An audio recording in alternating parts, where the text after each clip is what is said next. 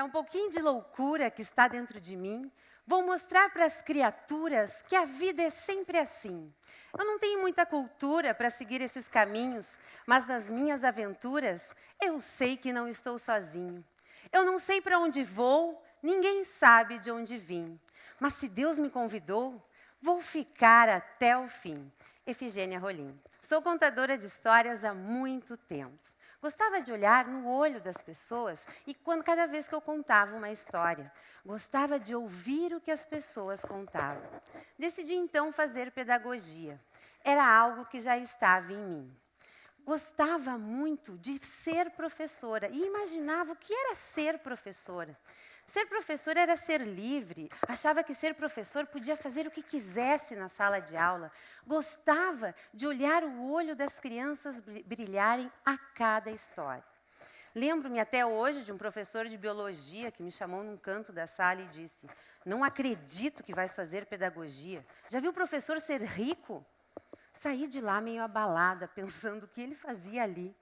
Na verdade, eu nunca quis ser rica, eu queria ser feliz.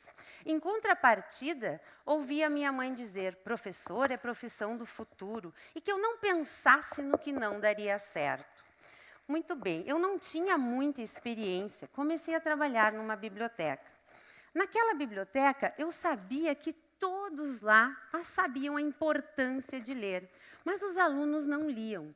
Percebia que o pai, a mãe, a mídia, a escola mostravam que ler era importante, mas eles não liam. Algo ainda me motivava.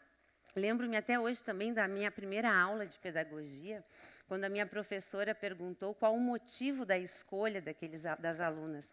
Das 30 alunas que tinham passado em pedagogia, somente 5 queriam ser professoras.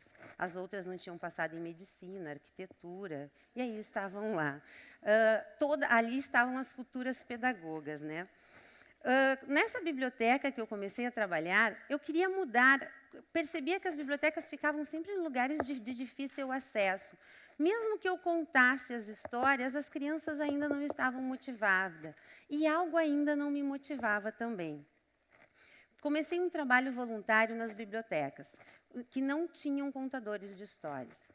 Contava histórias, as bibliotecas ficavam ou no fundo da escola ou no último andar. Os livros eram todos organizados da mesma forma. As crianças não viam as capas, nem sabiam que livros tinham ali. Os livros eram também de difícil acesso. As crianças não tinham a prática de pegar o livro. Eu continuei contando histórias. Eu queria ver a poesia no olhar de cada criança. Eu era muito nova, eu não tinha o hábito de preparar a aula. Certa vez, chegou uma turma de primeiro ano para que eu contasse uma história. Na época, primeira série. As crianças sentaram, todas lindas, queridinhas, e eu, apavorada, o que eu vou fazer agora? As bibliotecárias recebiam pacotes de livros para analisar. Peguei o primeiro livro que eu vi de um escritor super bem conceituado. Olhei, vai ser essa história, né? E comecei, as crianças sentadas. A história era de um super-herói. Ele era, mas imaginem o super-herói. Ele era maravilhoso, cheiroso, gostoso, grande, bonito, rápido. Tudo que esse super-herói fazia era perfeito. Certa vez, o super-herói estava na sua casa, deitado, quando ouviu, e as crianças me olhando, quando sentiu um cheiro de fumaça, o super-herói saiu correndo, viu uma porta e atravessou a porta. Na porta estava escrito: atenção, em caso de incêndio, não entre. Como o super-herói não sabia ler nem escrever, morreu queimado. A minha sorte que o olho vai bem mais rápido do que a boca. Botei o livro para trás e disse: e o super-herói, por ser tão bom, apagou o fogo e viveu feliz para sempre. É claro que, naquele momento, resolvi ser contadora de histórias. Senti muito medo, eu poderia ter desistido ali, mas não, eu queria muito ser contadora de histórias. Ah, um detalhe, a última página daquele livro eram as cinzas do super-herói. No decorrer da minha caminhada, fui convidada pelo Hospital Santo Antônio para dar uma oficina de contadores de histórias, que hoje faz parte da ONG Doutorzinhos, onde atuo como fazedora de histórias. Levamos alegria e encantamento aos hospitais. Usamos adereço, sim, mas o nosso objeto maior é o riso, a alegria e a vontade de contar histórias. Certa vez, vestida de bruxa, todos me chamam de bruxa Nana, vestida toda de bruxa, chamávamos as crianças para sair e um menino, quando me viu, começou a chorar. Quanto mais aquele menino chorava, mais eu tirava a roupa para ele se acalmar. Pensem que pavor, né? Estar no hospital e ver uma bruxa se desmanchando. Percebemos que, ao entrar no hospital, algo mágico acontece. No meio das lágrimas de dor e sofrimento, vem a alegria, vem o sorriso. Esse trabalho na ONG Doutorzinhos tem me enriquecido não só como profissional, mas como pessoa. Porque eu percebo que tanto na sala de aula quanto no hospital, as coisas podem acontecer. Eu percebo que a inovação não está em fazer algo mirabolante. A inovação está aqui, na paixão, na alegria de ver o outro sorrir.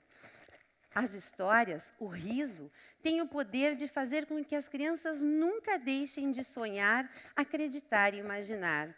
A ONG Doutorzinhos me mostra a importância de fazer com que cada criança sonhe. Pois assim, iremos tornar essas crianças em adultos menos racionais, menos duros e tão imediatistas quanto são.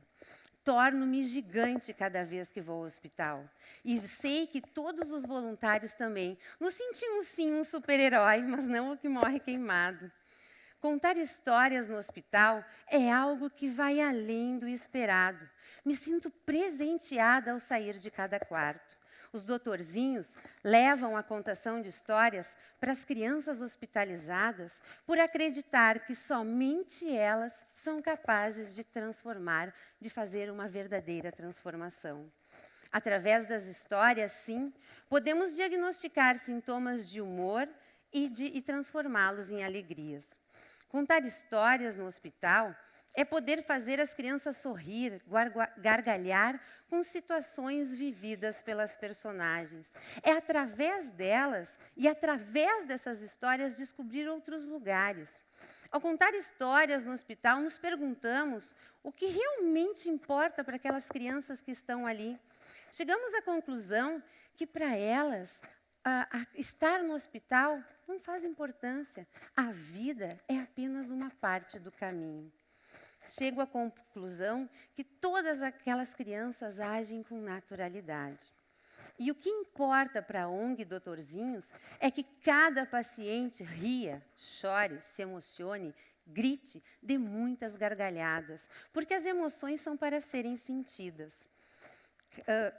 É preciso de exemplos, não de discursos. Sempre trabalhamos com a ideia, os doutorzinhos não chegam lá simplesmente assim. Eles passam por um processo super rigoroso. Pensa alguém que entra num hospital para contar uma história. Recém brigou em casa. Poesia é brincar com palavras, como se brinca com bola, papagaio e peão. Só que bola, papagaio e peão, de tanto brincar se gastam. As palavras não. Quanto mais se brincam com elas, mais novas elas ficam. Como a água do rio, que a água é sempre nova. Como cada dia, que é sempre um novo dia. Vamos brincar de poesia? Ninguém ia gostar de ouvir um poema assim, né? Nem a criança que está no hospital, nem um aluno numa sala de aula. É preciso que a gente sinta as palavras. É preciso que o contador se emocione, sim, com o que está falando. Vou tentar fazer diferente. Poesia é brincar com palavras, como se brinca com bola, papagaio e peão. Só que bola, papagaio e peão, de tanto brincar se gastam. As palavras não. Quanto mais se brincam com elas, mais novas elas ficam. Como a água do rio, que é água sempre nova. Como cada dia, que é sempre um novo dia. Então, vamos brincar de poesia? Tem uma diferença, né? É preciso fazer com que as crianças sejam verdadeiras nos seus gestos e nas suas ações. O que importa para os voluntários Não é que eles façam ridículo ou façam feio. O que importa realmente é que nós agimos com naturalidade, a naturalidade de uma criança. A imaginação deve ser uma amiga verdadeira, real e até mesmo irreal. O que importa realmente é que eles não ajam com preconceito. Afinal, estar no hospital ou não é ser diferente. E ser diferente não é mais nem menos, é apenas ser diferente.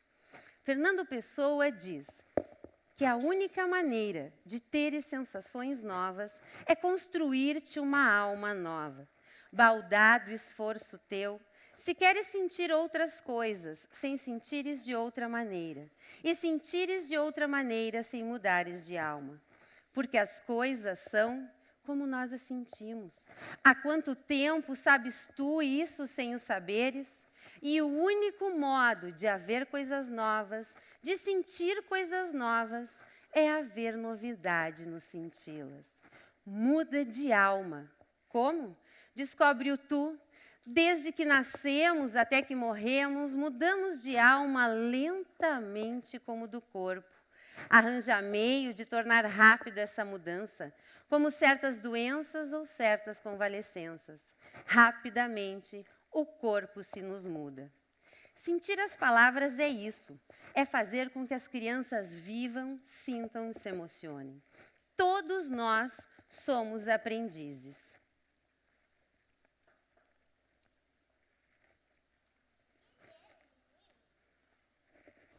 Valente Caprino. Um pequeno infante, sadio e grimpante. Anos tinha 10 e asas nos pés. Com chumbo e budoque, era plique e ploque. O olhar verde gaio parecia um raio para tangerina, peão ou menina. Seu corpo moreno vivia correndo, pulava no escuro, não importa que muro, saltava de anjo, melhor que marmanjo, e dava o mergulho sem fazer barulho. Em bola de meia, jogando de meia direita ou de ponta, passava da conta de tanto driblar. Amava era amar, amava Eleonor, menina de cor. Amava as criadas, varrendo as escadas. Amava as gurias, da rua, vadias. Amava suas primas, com beijos e rimas. Amava suas tias, de peles macias. Amava as artistas, das cine-revistas. Amava a mulher, a mais não poder. Por isso fazia seu grão de poesia e achava bonita a palavra escrita. Por isso ele sofria de melancolia, sonhando um poeta que, quem sabe, um dia poderia ser poeta aprendiz de Vinícius de Moraes. E nunca esqueça,